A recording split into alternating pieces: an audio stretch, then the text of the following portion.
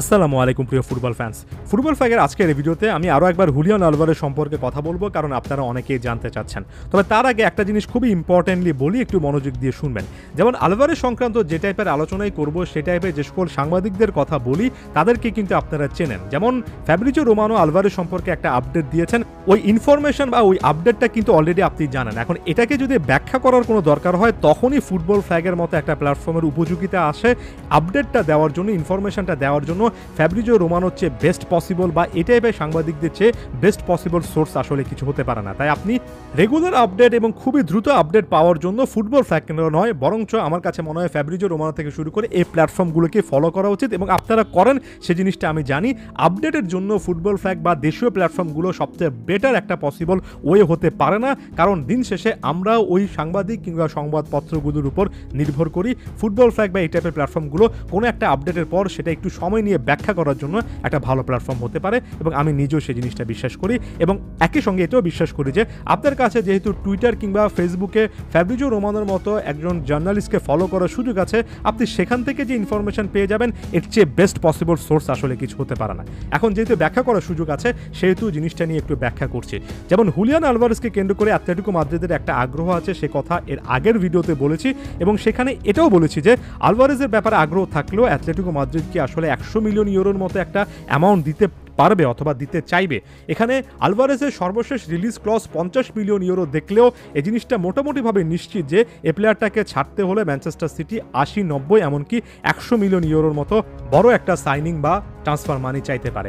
এখন যে সাংবাদিক আসলে মূল আপডেটটা দেওয়া শুরু করেছিলেন, সে হের্নান কাস্তিও কিন্তু একটা কথা বলেছেন, এবং তিনি বলেছেন যে সম্ভবত অ্যাটলেটিকো মাদ্রিদ তার গন্তব্য হচ্ছে না। অন্যদিকে ফ্যাব্রিজো রোমানো বলেছেন যে প্যারিস সেন্ট জার্মেরও আগ্রহ আছে এবং ইপিএল এর একাধিক ক্লাবেরও আগ্রহ আছে। পিএসজির আগ্রহ থাকাটা যৌক্তিক, যেহেতু এমবাপে চলে গিয়েছেন, একাধিক প্লেয়ার সেখানে আনা লাগবে। একেবারে লাইক ফর লাইক সাবস্টিটিউট বলছি না, তবে দলটাকে আরও একবার শক্তিশালী করতে হবে।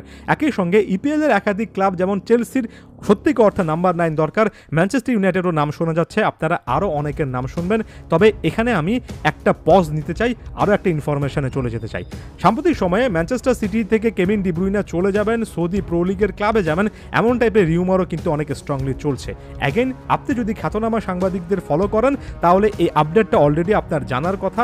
ফুটবল ফ্যাগে এটা নিয়ে বিস্তারিত আলোচনাটা আমরা আরও 3-4 মাস আগে করেছি, এমনকি সম্ভবত গেল মাসেও তার যে এসপিএল কিংবা MLS বা মেজর লিগ সকারে যাওয়ার সুযোগ আছে সেটা নিয়েও আলোচনা করেছি, এবং এই আলোচনাগুলো এই জিনিসটা প্রমাণ করে যে কোনো একটা প্লেয়ার যদি ক্লাব ছাড়তে চান, সে প্রসেসটা 2 মাস, 4 মাস, 6 মাস, কখনো কখনো বছরের পর বছর লেগে যায়। তাই আলভারেজকে ঘিরে আমরা যতই আলোচনা করি, স্টিল এখন পর্যন্ত ওই সময়টা আসেনি যে সময়টাতে আলভারেজের গায়ে আমরা অন্য কারো একজনের জার্সি বা একটা দলের জার্সি অলরেডি দেখে ফেলতে পারবো। এই মুহূর্তে যা কিছু নিয়ে আলোচনা হবে সকল কিছু রিউমার, এবং সেটা বাস্তব হতে অনেকগুলো স্টেপ পার হতে হবে। আমরা বাংলাদেশে বসে ম্যাক্সিমাম টাইমে যেটা দেখি, বা নানা রকমের প্ল্যাটফর্ম, নানা রকমের পেজগুলোতে দেখি, যে যার খুশি মতো একটা জার্সি কিন্তু আলভারেজকে পরিয়ে দেওয়া হচ্ছে, কখনোই মাঝখানের স্টেপগুলোর উপর ফোকাস করা হচ্ছে না। যেমন হুলিয়ান আলভারেজকে কেন্দ্র করে বার্সারও আগ্রহ আছে, তবে বার্সা ম্যানচেস্টার সিটির সঙ্গে সাম্প্রতিক সময় অনেক প্লেয়ারকে কেন্দ্র করে অনেকগুলো ডিল বের করেছে। তারা এমন একটা পথে হয়তোবা যেতে পারে। অর্থনৈতিক দিক থেকে বার্সা আসলে ওই অবস্থানে নেই যেখানে আলভারেজের ব্যাপারে আপফ্রন্ট বড় একটা অ্যামাউন্ট তারা আসলে এই মুহূর্তে বিনিয়োগ করতে পারে। অবস্থার পরিবর্তন সামনে হতে পারে, তবে এখন পর্যন্ত যেহেতু হয়নি, তাই এই অপশনটাকে এই অবস্থায় রাখার চেয়ে বেটার কোনো কিছু আসলে করা যাচ্ছে না। অনেকে ম্যানচেস্টার সিটি পেপ গার্দিওলার কথা ভুলে যাচ্ছেন। পেপ কি এই প্লেয়ারটাকে এত সহজে ছাড়তে চাইবেন? এই যে কেভিন ডি ব্রুইনের কথা বললাম, ডি ব্রুইনা যে সময়টা ইনজুরির কারণে গত সিজনে অনেকগুলো ম্যাচ খেলেননি, তখন কিন্তু আলভারেজ রেগুলার একাদশে সুযোগ পেয়ে যান। সো পেপ তো নতুন একটা ট্যাকটিক্স বের করতে পারেন, যেখানে তিনি আলভারেজকে বলতে পারেন যে তিনি তার সিস্টেমে এমনভাবে সাজাবেন যাতে করে ডি ব্রুইনা চলে যাওয়ার পরে যদি চলে যান, তাহলে আলভারেজ স্টার্টিং লাইনআপে অন্য একটা রোলে রেগুলার সুযোগ পাবেন। সেক্ষেত্রে আলভারেজকে তিনি কিন্তু কনভিন্সও করতে পারেন। এই যে আমরা হুলিয়ান আলভারেজকে অলরেডি অন্য একটা ক্লাবে পাঠিয়ে দিচ্ছি, আমরা পেপ গার্দিওলার মতো একজন কোচকে একেবারে ভুলে যাচ্ছি। পেপ কিন্তু এত সহজে একজন প্লেয়ারকে ছাড়েন না যদি তার প্রোফাইলটা ভালো লাগে।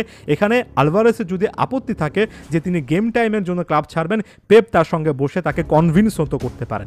ইন শর্ট, এখনও অনেক কিছু হতে পারে।